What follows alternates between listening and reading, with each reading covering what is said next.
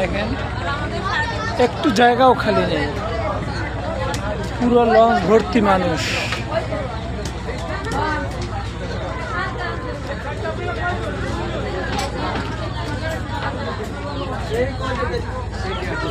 দেখেন ফারহান সাথে অনেক মানুষ আসছে।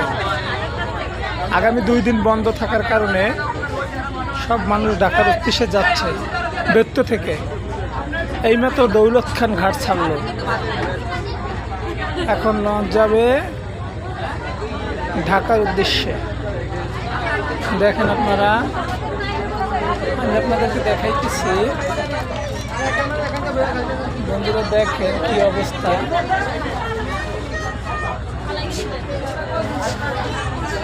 দেখেন আমার সামনে 2টি বাচ্চা আছে, ওরা আম্মু ওদেরকে ভাত খাওয়াইতেছে।